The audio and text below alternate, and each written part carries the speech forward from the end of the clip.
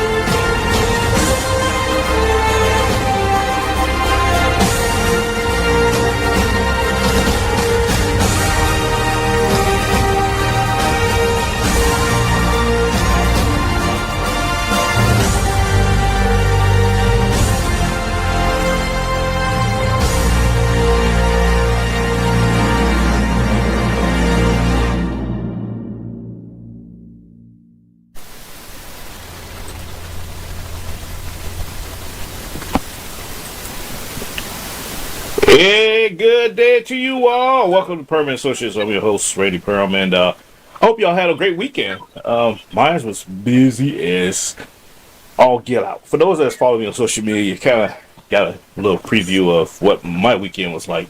But it was good though. It was a great weekend. You know, got a chance to get some exercise in, door knocking, and went to a dinner down in Caldwell County, and saw some good friends and had a great meal and all that good stuff. So yeah, quite busy week.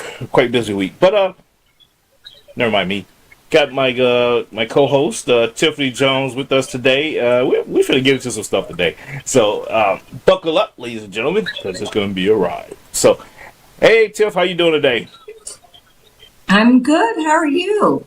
Good, doing well. What's going on in your neck of the woods this past week? Oh, well, we have a few degrees lower in temperature, so we're not as hot. It was like 94, 95 instead of 106. So we're like celebrating over here that it's not as hot. But a lot of stuff is still going on here. I'm not as active as you are with all your activities. Yeah, you know, a lot of people. I'm getting there. Yeah, a lot of people are not as active at our age, like but that's okay. You know, I'm trying to wind down, but it's just hard to. You know, you've been constantly on the go for 20-something years. You know, it's hard for you to slow down. So, but it's all good. Well, not only that, you also have taken on many other positions too since we last spoke. So. Yeah. You got a lot going on there, which is good. Yeah, I do, but it is good. I actually get it. You find the right balance between them all. I always tell people, although you can't do everything, you can do some of everything and still be effective. And still, make things happen and accomplish a lot of things. So, but outside of that.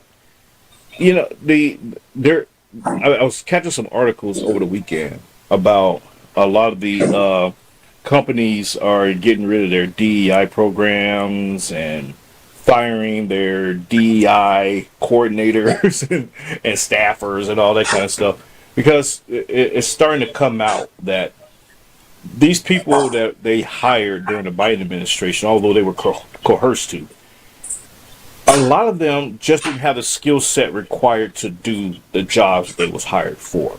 And there was some conversations that I engaged in about this.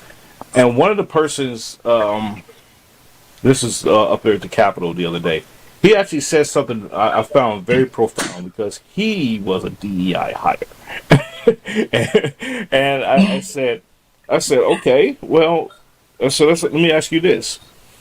If you are proud that you are a DEI hire, are you telling me that you actually didn't qualify for the job and that you got it based on you checked the boxes on the criteria of being a person of color, You were in the you fall into the LGBTQ category. Because you checked those boxes, you got the job because you showed up first, type of thing. And he kind of looked at me. He pursed his lips. Of course. Yeah. Well, no, I do qualify for the job because I know how to do the stuff that I'm doing. I said, well, okay, you may have learned how to do the stuff that you're doing, but did you know how to do the stuff that you're doing when you came into the job? Like, was anything that was anything on your resume corresponded to? I didn't have a resume. My point exactly, sir. And for the record, ladies and gentlemen, I do not entertain the identity politics of my pronouns is this, that, and the third. Because my pronouns is I don't give a. So, but Tiff, I want to get your thoughts on DEI because I know you have crossed that domain a bit in your neck of the woods. Well, now here's what, not that I struggle with, but here's the question. Okay.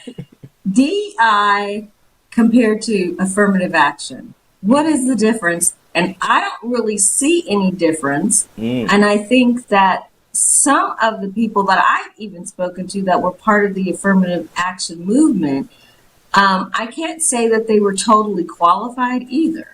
I think that was a movement to say, hey, we recognize you, we see you, and we realize that you're there. Now, a lot of people will say that it was the easiest job. They were collecting paychecks. They were half in their office, at any time. They were not fulfilling their requirement to stay in their offices and perform the work, right?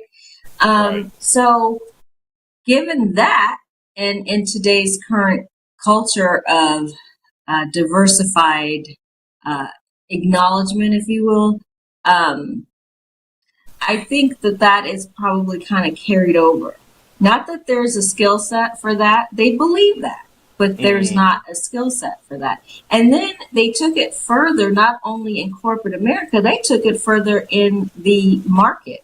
So you had all these programs that were under the DEI umbrella. Target had them, Walmart had them, but oh wait, now that the program isn't there, you no longer can make the money that you're used to making, and you should have marketed yourself as a person who was selling a product, not because you were Black, not because of your ethnic background. So now you're struggling, and people just don't know how to come back from that. Yeah. They don't. You're right. What do you do? You're right. You're absolutely right about that. And I also look at it as not only are you're selling yourself, or I should say, prostitutionalizing yourself based on your immutable characteristics, but you're short selling yourself by saying, I don't have anything else to offer but these characteristics, not a skill set, but a set of characteristics that may satisfy some kind of agenda or some kind of check the box system. And to your earlier point, affirmative action, I'm glad you brought that up because the difference there is a slight difference, but that slight difference is a major difference. And the difference between DEI and affirmative action. And the way I see it is that affirmative action is saying, hey, we're hiring these people. Yes, it is reverse discrimination. I get that. But they're saying that we're hiring these set of people based on these immutable characteristics, once again. But however, they do actually qualify. They actually meet, the criteria that any other person that we was hiring for has. Type of thing. So not only are we going to discriminate against, say, the white population, but we're going to hire, X amount of Blacks, X amount of Hispanics, X amount of Asians, but they will still be qualified for these jobs versus under DEI, it was We don't care what you are, and we don't care who you are. As long as you show up first and you meet these criteria, we're going to hire you. And it's like, okay, now we have a problem here because you're hiring people to achieve a diversified equity and be inclusive stratosphere, but these people that you're bringing in didn't actually meet the criteria of the job set or the skill set required to actually perform those duties. So that's the difference between affirmative action and DEI. And that was pointed out, because it wasn't merit based. It was, once again, first come, first serve, type of thing. And for these people that graduated out of college, unfortunately for them, they had a degree in DEI studies or, DEI human resourcing and stuff like that. That did not equate to anything. There is no market for it in reality. They can't take that job international if they chose to. Versus a person that had a business administration degree or something along those lines that is actually applicable on a global setting. So I feel bad for these people. They have now a college loan debt of 50, 60, $70,000 that they're now going to be demanding that us taxpayers that know better pay off for them, type of thing. So that's where that is. Let me see. But I had a train of thought coming up. For those Well, with the no, go ahead with yours. no. And I agree with what I was going to say is I agree with what you said. I really do. And now it's come to the fact that you're right. People got grants and they got money, for Hmm. education. And now they're wondering what's going to happen to their future, Yeah. now that these programs are no longer. Hmm. And it's kind of sad that somebody sold you a dream like that and then kind of blew the balloon and, Move the and goalpost. burst your bubble. Yeah. You know what I'm saying? They But popped the balloon and burst your bubble. So now what do true. you do? True, but I would offer this to those that fall into that category of being DEI hires. I will offer this solution for them, and this is not me being funny or anything like that. This is like being real serious.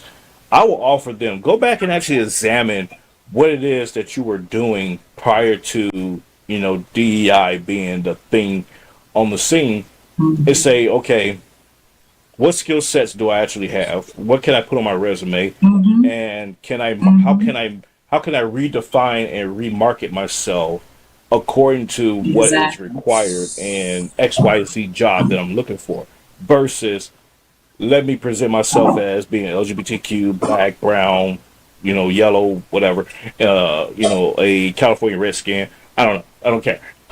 How can I market myself? How can I market myself to say this is what I'm bringing to the table that is of value to the company versus Yes. what I'm bringing to the table because of my immutable characteristics. If you're able to do that, then you have a viable opportunity to secure a job or a career in a field that is comparable to who you are, versus based on your skill set and everything else. That's what I offer to those people as advice. Versus, well, I'm gonna be the first black person to do. Nobody cares. Like, are you sure you're the first black? Because Elon Musk, being South African and all, he can claim to be the first black on a lot of things.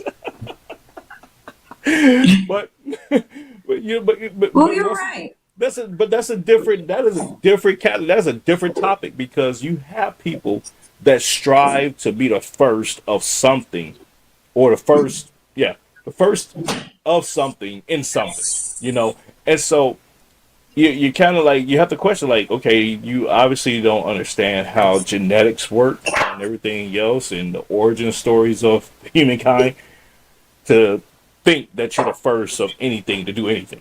So, but Yes. that's Right. we already covered that series Yeah. last That's a year. whole different topic. Yeah, ladies and gentlemen, if you have not watched our series on humanity, go back, in the archives and pick that up, and you will see what we're talking about. So, So, but anyways, Tiff, your homegirl, oh, she's my homegirl. Okay. your homegirl, Jasmine Crockett, your ace kumquat. You Okay. know, y'all went to kindergarten together and everything. No, Woo. Jasmine Crockett, she's been creating quite a stir. Last week we talked about her, polling pretty high as in a hypothetical Senate race here in Texas, U.S. Senate that is, in a Senate race here in Texas, and all that good jazz. And she seems to. Let me back up. A lot of people are putting a lot of stock in Jasmine Crockett, not realizing that she holds no stock. And so she's a penny stock in the Nasdaq, So it's like, what are you really worth here? But in the seriousness, in all seriousness, she's presenting herself as being this fierce fighting firebrand for, I'm not sure who. I can't say it's for black people. I can't say it's for Texans. I can't say it's for her district because nobody knows. She just says that she's fighting for the people. It's like, what people are you fighting for? Because according to polling and studies and conversations and everything else, no one likes you. Okay, and so for her to be out on the media market the way that she is, solo usually, it should be an indicator to a lot of people who do support her that maybe, just maybe, the Democrat Party is putting her out to pasture. They didn't select her to be on the oversight committee as the ranking member on the oversight committee. She's going around saying things very, very inflammatory that she has to later either dial back or somebody has to clean it up behind her. She has I believe she has a primary opponent in the Democrat field, but I know she definitely has a primary opponent as a Republican in the opposite side, but in her district, in the name of Sholidan Daniels. So, but just recently, so I know you're not totally aware because you're not here in Texas, but we're going through a fight right now for redistricting, and this is her because she is a Texas representative, Texas House, U.S. House representative for Texas. I'm gonna play this video clip of her and her shenanigans. Take a look.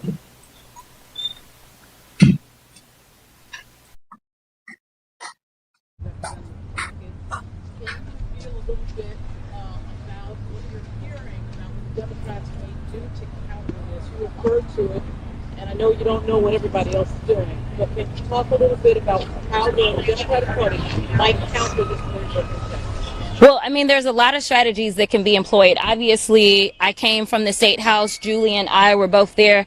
We ultimately broke quorum over something that was even smaller than this. I mean, obviously, it was a very big deal. And one of the things that I did not iterate in my comments is that we've talked a lot about how, we all know that everything's bigger in Texas, but I want to be clear that this is bigger than Texas. All right. And one of the things that we did not talk about is the fact that whoever is the speaker, which it needs to be Hakeem Jeffries, that is who's going to have to certify the election. Remember, they're talking about a third term. So this is bigger than Texas. This is why I am asking if there are other governors that are willing to do this, because this is about our democracy. This isn't about any singular seat right here, because we don't own these seats anyway. These seats belong to the people. But when we think about the fact that they are openly saying, oh yeah, there's ways to have a third term. Well, let me tell you, they can nominate whoever they want to with the Republican rules, but we're going to follow the Constitution up in here if we are the ones that actually have the gavels. So this is one of the reasons that I am asking for everybody to use whatever tools they have in their toolbox. It was the House that broke quorum when we were in the State House, but obviously the Senate, they could also break quorum. We know that they did that back in 2003 in the state of Texas. We also know that there are donors that I'm sure are going to be willing to make sure that they are investing and making sure that they can take down some of these candidates, since they don't want to rule out dark money. I'm sure some dark money gonna pour in. on the behalf of the American people. So what I am saying is every tactic, as well as making sure we're touching people. I will spend a lot of time in the state of Texas. I have traveled this country, but I am going to be boots on the ground informing Texans, because listen to this. When we had our Senate election against that one senator that I'm not a fan of, Cruz, Beto lost by 3 points. But in that particular election, we only had a 17% voter turnout. We only need to turn out people in Texas. That is why they are so pressed to suppress their votes. So if we turn out, imagine what it looks like if 25% of registered voters turn out. So let me be clear. Just like on his little birthday, he had his bootleg parade that cost the American people close to $50 million for free. More people showed up around this country to protest him. We are going to do the same things. We're going to hit them polls and we're going to hit them hard. Absolutely. So a couple of things before I turn it over to you, Tiff. The super light skinned gentleman that was standing behind her, off to the left or to the right, excuse me, was that was Congressman Lloyd Doggett, and one of my candidates is running against him right now in the Texas in the U.S. House race. He's almost 80 years old, and yeah. So, but a couple of points that she that was a quick plug. JanelleGary.com, y'all. JanelleGary.com. Go check her out. But yeah, the couple of points that she made.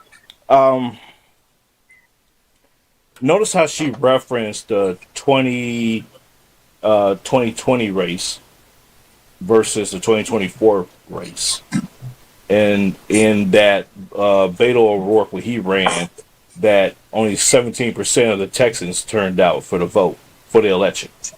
She didn't bother to touch on that, in 2024's election, in Ted Cruz's race against Colin Allred, he won by 13 points with I want to say it was like a 40% voter turnout versus a 17% in the previous cycle. And also, there was some anomalies going on there. It was COVID era versus non-COVID era. So in her statistics, she leaves out some very pertinent facts. Now, the other thing that she mentioned that I kind of chuckled at was how she is saying that they're advising the Democrats to break quorum. Okay, you could do that. You can break quorum. But here in Texas, okay, so right now, currently, we're in a special session, right? And the special session lasts 30 days.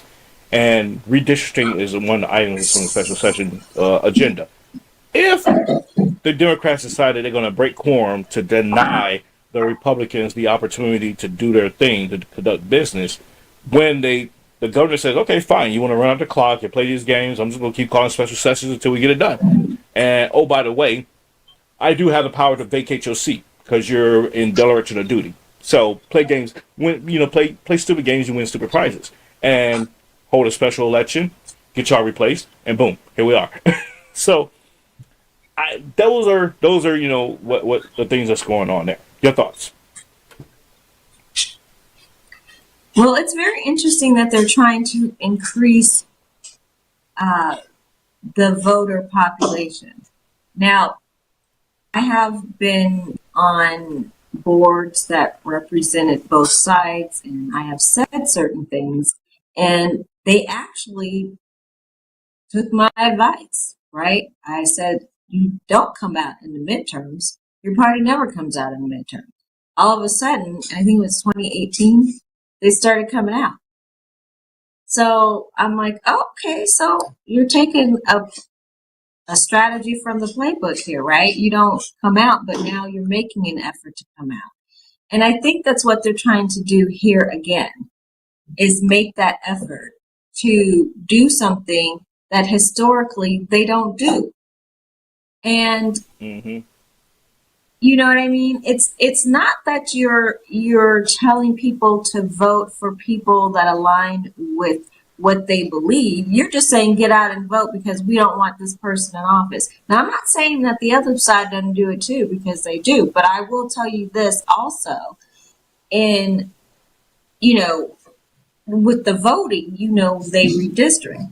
So in 2020, yes, they redistrict, and I was part of that redistrict. For mine. So my district went from 30 to now 28 after the election. So they redistrict the whole, that whole area to, to honor what their agenda is. Yeah. And it's okay that you guys want to do that, but really, do you think that these people are really going to come out and vote just because you say come out and vote? Or No, and I don't know. No, they're not. And the thing is, traditionally, midterm election cycles, it's a low voter turnout anyway. so I think well, this is my advice to President Trump and company if they're listening. I do know a few people out of the administration do watch my show. I put this in the president's ear. I would encourage every red state to do redistricting right now. That will shut up the entire Democrat Party. They will lose. They will go bankrupt trying to litigate that in court because there's more red states than blue states at the end of the day. And so, although California, New York, Illinois, they're the most populated blue states, if they did redistricting, they would still not match if Texas, Ohio, Florida, let's see who else, Oklahoma. The list goes on and on here of states that did redistricting. If they all did it at the same time and added seats to their congressional maps. Because the one thing that they gotta remember is that, number one, for Texas anyways, Texas has more independent voters than they do red or blue voters. So the independent voters, they're going to look at the issues. They don't care what the boundary lines are. They're going to look at what's on the ballot. So that plays to an advantage. And a lot of people are moving in from California, New York. Texas is adding almost 1,000 residents a day throughout the state. Because they're getting away from the crazy, they're getting away from the crazy stuff. So we're becoming more and more red. And then by the way, let's factor in. I didn't get a chance to download this video clip, but let's factor in the minorities here, because that's what it's surrounding. It's the whole conversation. It's surrounding minorities, and they're thinking that you're trying gerrymandering, you're trying to rig it up to where you're squelching the minority vote. No, it's not. Right. It's actually giving the minority vote more representation and a more of a voting voice, because the minority vote is actually shifting, and they're looking at it like these Democrats don't represent me. I need to be able to vote based on who will actually represent my values and my interests, and that is more so a conservative approach. So to give voters in those demographics an actual representation versus a shoe-in, quote unquote, here, say for example a deep blue district where that the Democrat person that's running is going to win by D plus 30. It's kind of like you're squelching the voice of minority voters who are actually Republicans when you do that. So to make it a competitive field, you will redraw the lines to where there is somewhat a 50-50 divide. It can go any way. Although in the case of Texas, drawing out five congressional district seats, you're seeing that there's probably more conservative leaning voters than there are Democrat voters. So instead of taking away from their voice, we're giving them a choice, and we give them a voice to say, hey, okay, let's really see how this turns out. So those five congressional seats could possibly go Democrat. They could possibly go Republican. We don't know. But once again, the idea that, Democrats are screaming, oh, you're trying to hurt the black vote. Not all black vote Democrat. Number one. Not all Hispanics vote Democrat. So We saw that That's for evidence. sure too. Yeah, we saw evidence of that, you know, in the 2024 election turnout. How and this is why Democrats don't do math or look at data, because you look at the Hispanic vote in the 2024 election, they went I want to say it was like 60%, 70%, somewhere around there, Republican, you know, for Donald Trump. And he won the Rio Grande Valley, 11 out of the 13 counties down there for the first time since Reconstruction. You know, so that should tell people something right there, that and the Democrats think that they got a stronghold in Texas. They really don't. Now, Right. on the flip side of that, you have the Democrats that have their districts like Houston, Harris County, Dallas County, Dallas, Texas, Fort Worth area, Austin, Texas, where I'm at. You know, they have two congressional district seats.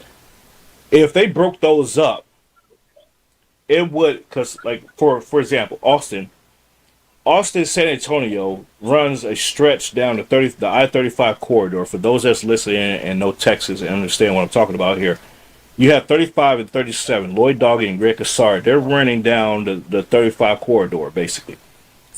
If they broke that up and brought in, because they're surrounded by Republican districts, by the way. Right. So if they broke that up and said, okay, we're gonna expand out 35 and 37 and cut into the current Republicans that have these districts around them and eat into Austin, guess what happens? You're gonna have a 50-50 probability that Austin is gonna flip and San Antonio is gonna flip red, because now you're bringing in Republican voters versus having just a stretch of all Democrat voters. So that's the idea there, and they're looking at, you know, doing it for several districts that are Democrat leaning, and to give them a voice to say, hey, okay, if you're really Democrat, let's see, let's see what you got. Right. So that's where that's where things are at right now with that. And then we the people for the people. When do they believe in the Constitution? Because they really never talk about the Constitution like Only we when it's do. convenient. Yeah. Oh, right. Only when, right, in circumstances as this, or instances as this, they're now talking about the Constitution, which they don't even know that much about. Exactly. And I'm not saying that, you know, condescendingly. I'm saying that because I've had conversations with Democrats.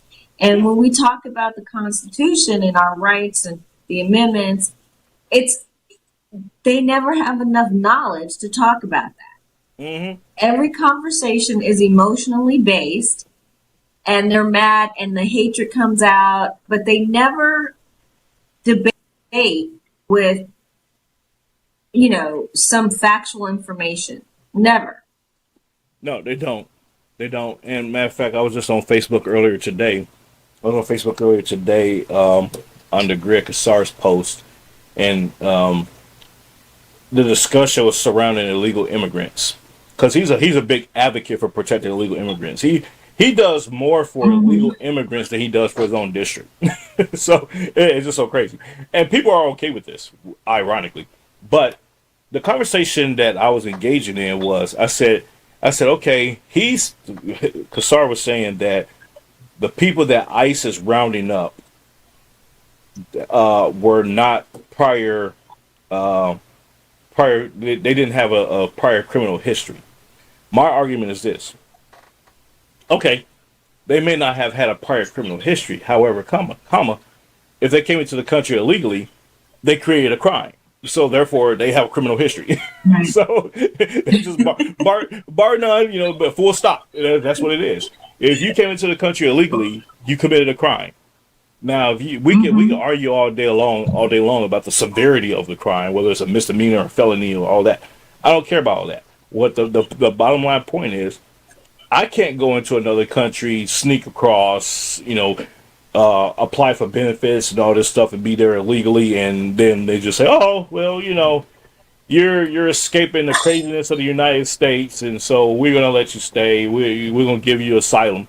It doesn't work that way in no other country in the world. So so the person came back to me. There's another gentleman came back to me and said, "Well, you don't understand their struggles." I said, "I understand that they're largely terrorists that have infiltrated this country from Iran, from China, from the Middle East, hostile Middle Eastern countries. I do understand that."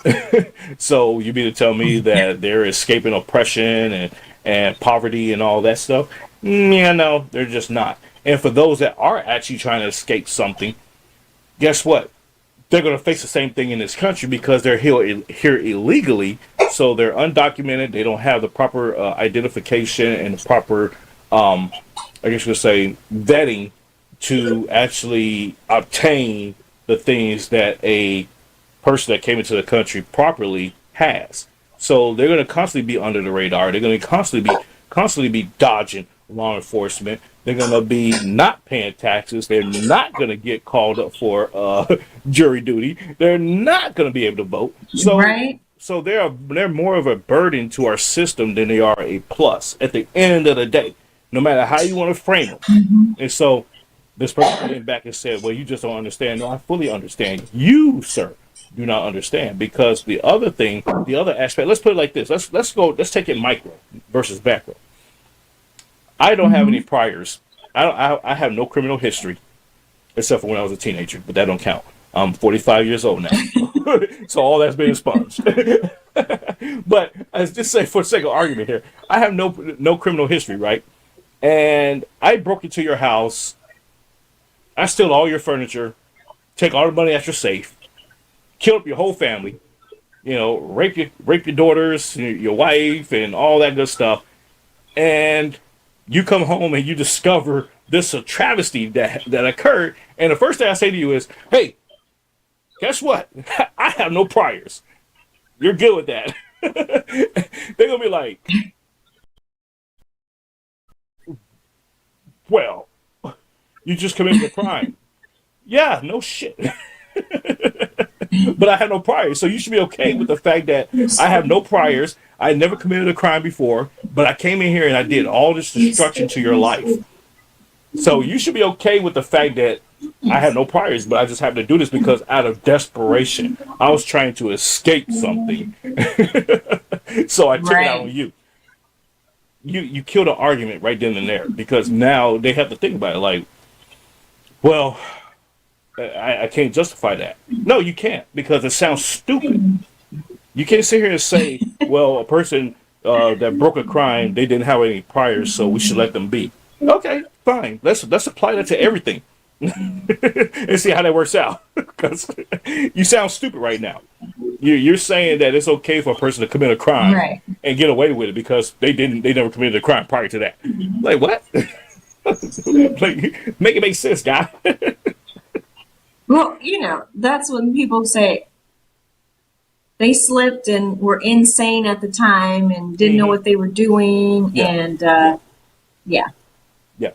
And this is the same thing that goes with the homelessness crisis that's going on right now. President Trump just declared over the weekend, or late last week rather, that executive order to end the homelessness in the United States. Bravo. However, Yes, I am right. I am going to be a little critical of that. How are you going to do that? Reality speaking, because I can tell you how you could do it. okay, sure, go ahead. No, seriously, we in California have really addressed this. Congressmen, senators have really addressed it over time. And you have to look at it like these people are not going to come to you and give you, and say, "Hey, I'm homeless or whatever, and I need this." It doesn't work like that. You need to have like mobile units that go to them. You have to have a triage, system where you can identify the level of mental illness that they are, because a lot of them right now are mentally ill. And you've got to figure that part out. After you figure that part out, then you can figure out where to place them. Now, we have always had a solution with putting them, the extreme mentally ill, in a place that's far away, right? With facilities or everyone's always talking about what the government has, those empty buildings and whatnot, rebuild them and put those people that are high risk, mentally ill people in those, in a place that's far from, mainstream society. Mm-hmm. So, but that's what has to happen in the beginning. And those things, that's a program, and that's always been the agenda of the Republican Party, and no one ever knows that. They always think that we never talk about homelessness. We're not concerned about that. That right there is a myth. I will say that because I know better. And I have sat at the table with people who are really trying to do something about it. Mm-hmm. And, quite frankly, California is trying to deal with that. Karen Bass has dealt with that, and she ran on that promise that she would solve that. Yeah. She had to solve the homelessness issue in California. In Vegas, we have Shelley Berkeley, who is talking about that same issue, but she's trying to get that homelessness issue satisfied in the art district because right now they're building these beautiful homes and they're trying to make this part of Vegas, a place to be. You know what I'm saying? So you can't have homelessness people on the street. And once you clean that up, then you can start putting, your developments in and all that. They're trying to address it, and she really is making a full effort to do so. How she goes about it, I don't know. I know she's trying to get funding from the government. Mm-hmm. Now, but it's big. And I agree with you there. There are ways to deal with it. And here's how I would do it if I was president. If I was governor. If I was mayor. Here's how I, insert title, Purham, would deal with that. In the dead of night. No. In the dead of night. Or the dead of day. It just depends on what's going on and the location. There will be unmarked vehicles that come around. And it will be a SWAT-like situation.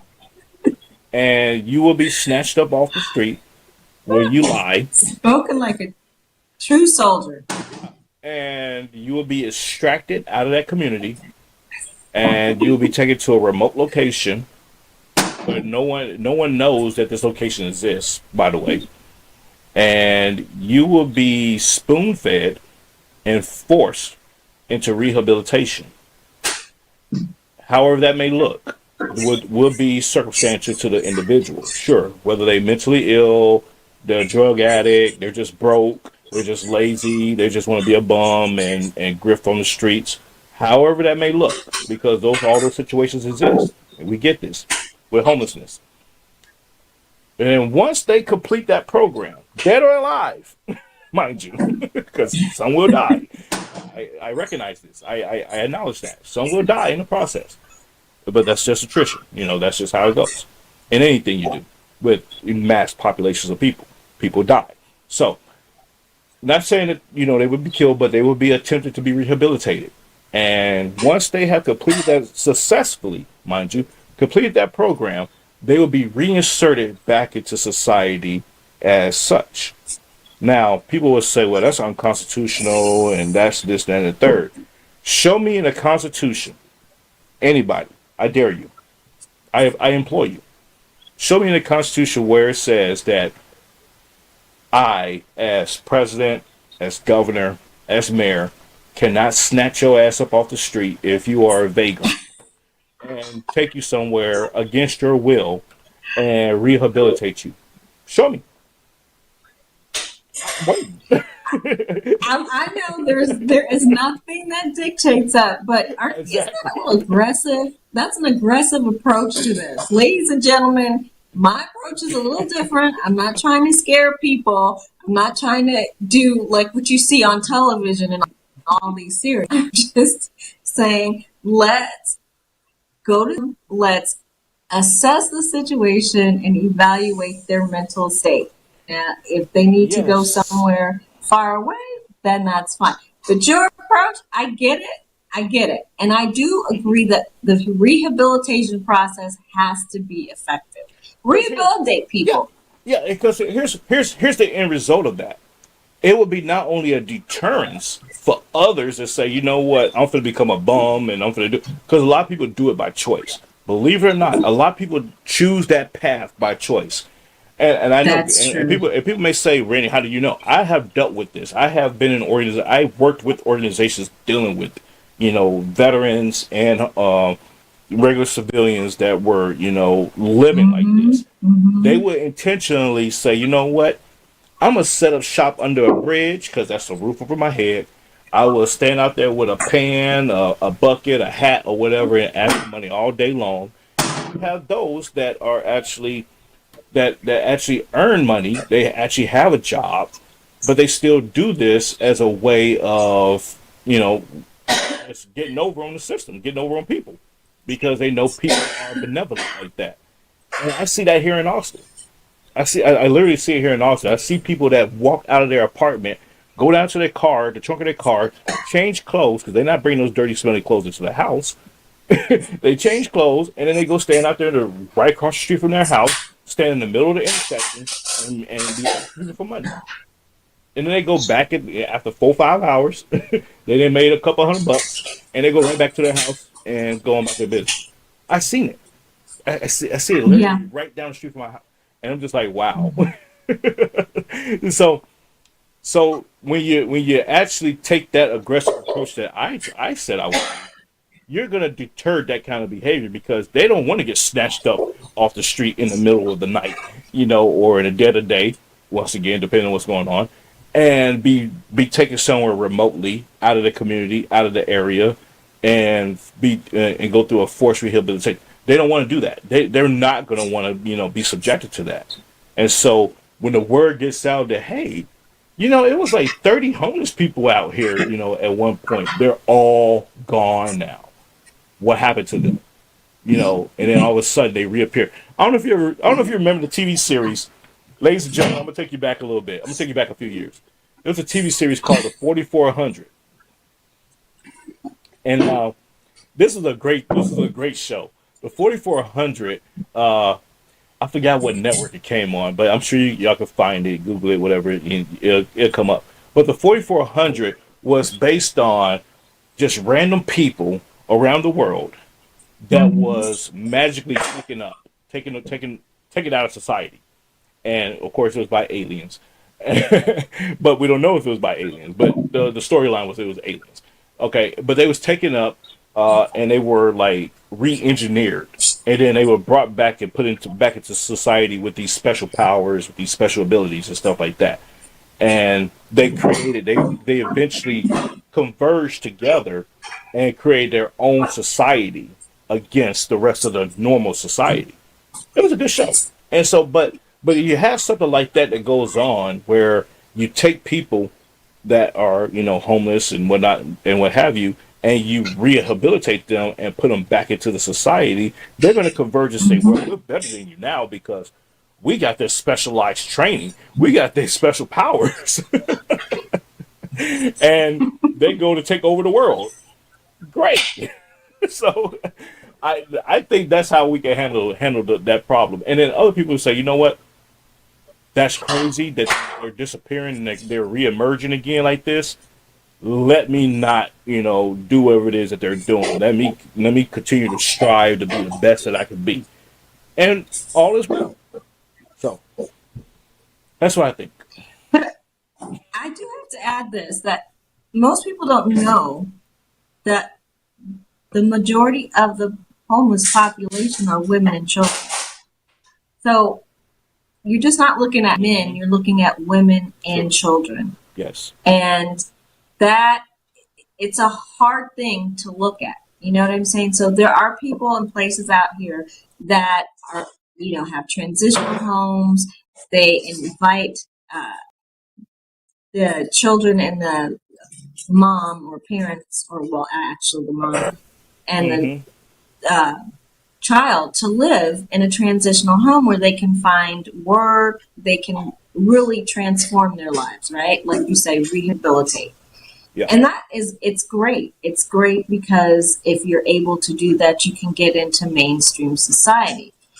in 2020, we saw, I don't know if you guys saw it in Texas, but I saw it where they were busing the mentally ill and homeless people into neighborhoods and just leaving them there. And they would leave them in front of businesses, and they would defecate, and they would be crazy and, obstructing a business, right? And the patrons, right, of that business. So, okay, so you have that, and it's just a very delicate situation. It's a very delicate topic. You know what I'm saying? Like, what do you do with the women and children? I mean, we're trying to do what we need to do. I was part of the downtown women's center, and we gave clothes to those women, and we were actually a part of that rehabilitation process. And that's what I learned, about how I learned about women and children in the homelessness population down there on Skid Row. I mean, you and I can talk about it all day, and we can have some solutions, but the bottom line is, like, are these people who are in that situation willing to do what we're asking them to do? And then on the flip side of that, like you said, you have people who don't want that because they don't want to go to transitional housing. They don't want the responsibility of going in at a certain time, and you know what I'm saying, getting out at a certain time, and be responsible for looking for work or whatever that may be. They don't want that responsibility. They don't want the responsibility of a job. So, in California, homelessness was really good because you got money from the government to set up a tent. You had housing from the tent, and then you could go to the beach and look at the water and sit there, right? Then you got government assistance. You got food stamps. No, you got general relief. Right? You got food stamps, and you got an Obama phone. Okay, so and you're chilling at the beach. Do you have a reason to do anything else? I'm just saying. No, but to your point about women, there was a time, and I used to crack jokes about this. There was a time that you rarely ever saw a homeless woman. Rarely. Especially with kids. But you rarely ever saw a homeless woman. And my theory at the time, and it still is to this very day, because you still rarely see homeless women. The homeless women that you see, they're just plumb, like, either nuts, crazy, like batshit crazy, or they are, like, intentionally trying to be out there, type of thing. But to the point of that a woman falls down hard on her luck or whatnot, and she gets put out of her place and loses her job, or whatever the case is with them. A guy driving down the street, he may be single, he may not be single, but a guy driving down the street sees that. He sees opportunity. He's going to be like, hey, get in the car. I'm going to take care of you. and there it is, and whatever happens from there, happily ever after or whatever. That was like the norm, and I seen that firsthand in Chicago. I seen it here in Texas. I seen it in Maryland. You was hard pressed to see a homeless woman because guys would be on the prowl looking for that. Because like I said, that's golden opportunity for both sides. A female, she's like, well, he's willing to take care of me, and okay, maybe I got to take care of him, but whatever. At least I got some security, and all is well in the world. Now, on the other hand, you may see females doing the same thing with men that are homeless men. They may say, you know what, he got some potential. Let me go ahead and scoop him up and clean him up, and he can go work. He can work around in my garden, and and whatnot. And then there it is. You're happily ever after. From there. So I think we gotten away from that in society. For whatever reason, right. I don't know. But I think if people like took that opportunity to say, you know what, maybe I can exploit this situation for my benefit. You're too much. I'm not condoning slavery or prostitution or anything like that. I'm not condoning any of that. I'm just saying that it could be a mutually beneficial situation for both parties. But believe it or not, that was part of the 50s and 60s and 70s where women did do that. They did seek out men Yeah. if they had children and they needed someone to take care of them, they were doing that. That was the goal. It was like they needed security, they needed provision, they needed somebody to protect and provide for them. So, you know, Yes. that's what they did. And that was the norm. Everybody was searching for that. You're right. No one was talking about let me be an entrepreneur or let me be self-sufficient as a woman and own my own business. They weren't talking about that. They were talking about let me cater to a man so Yeah. that I can have protection and security So and exactly. somebody to help me take care of my kids. Exactly. And you see some of that resonating today. You see some of that a little bit. It's not as prevalent, but it still exists. And for those who are not adults in the room, you don't want to have that conversation because in the back of your head that that is a thing. That some women are simply in a relationship for the stability and security of living.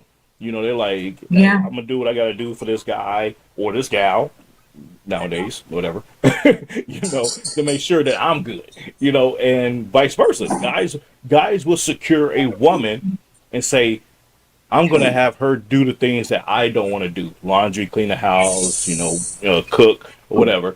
And that way, I take care of her, give her a few $100, she goes to the mall or whatever, hang out with her friends or whatever. As long as she bring her ass back in the house by a certain time and have my stuff done, I don't care, And that's how the world runs. But once again, we're in this weird space in the world today where we've gotten away from that, and this is why we probably have some of the situations that we have.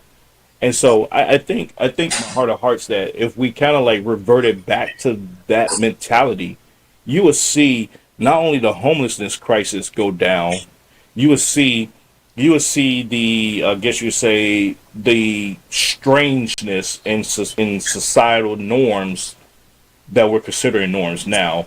You would see a lot of that go away as well because now people are saying, you know what, we're taking it back to the basics. How can we Yeah. survive as a society? You need my help, I need your help.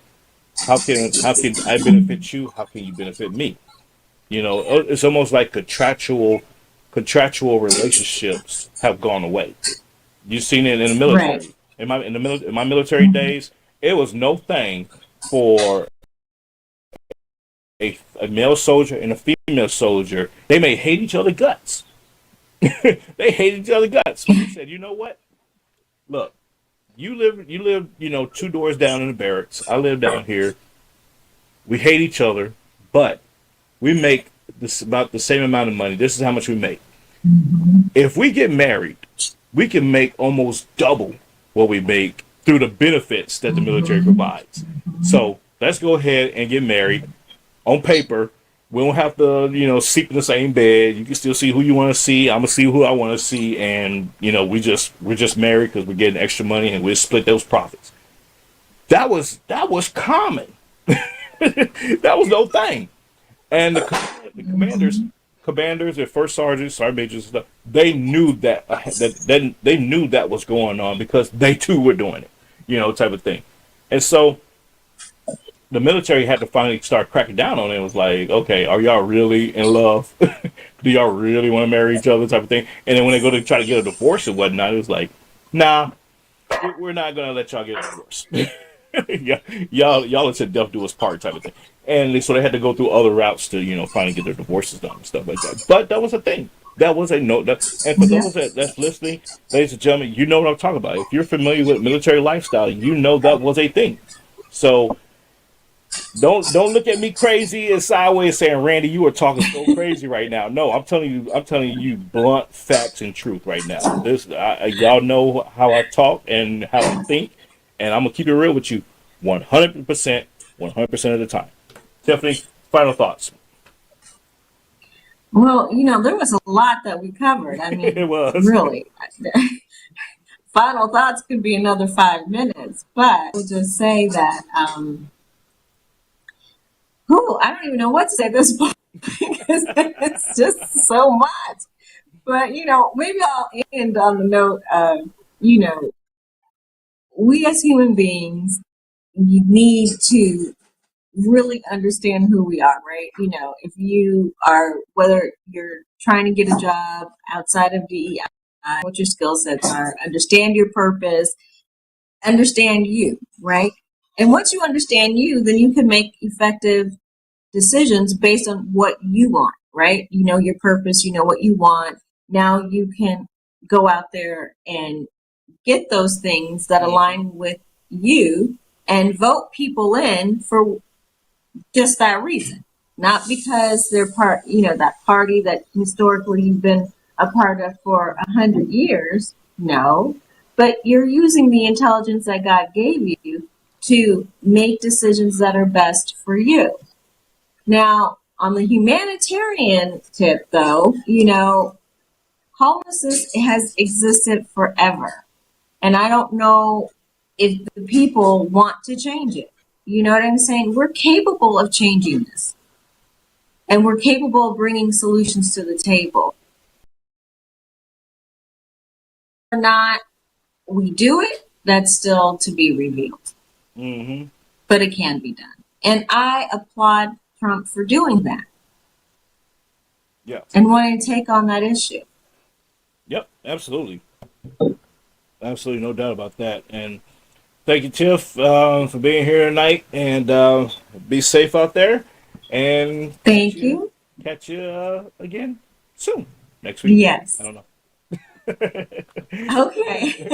Will do. All right, I'll talk to you soon. All right. Okay, bye-bye. Ladies and gentlemen, Tiffany Jones with us this week, and as I told you, we was going to be off the chain, and we covered a lot of stuff, and it's true. You know, you gotta know who you are as a person. You gotta know, you know, where you are in society, where you are in humanity, in the human construct of things, and what it is that you could bring to the table, what it is that you could take from the table, what it is that, you know, you can help somebody else with, and what somebody else can help you with, and there you go. But folks, we're over time and going to get up out of here. So I'll catch you all tomorrow. Actually, I got a full slate this week until Thursday. Then I go on vacation. So a full slate. So it'll be a show almost every day this week. So yeah, see you tomorrow. Take care. God bless and be safe. And ciao, ciao. Ladies and gentlemen, thanks for tuning in today. Please be sure to follow, like, subscribe, and share, and go to rpurham.com for more information. See you all soon. Take care. God bless.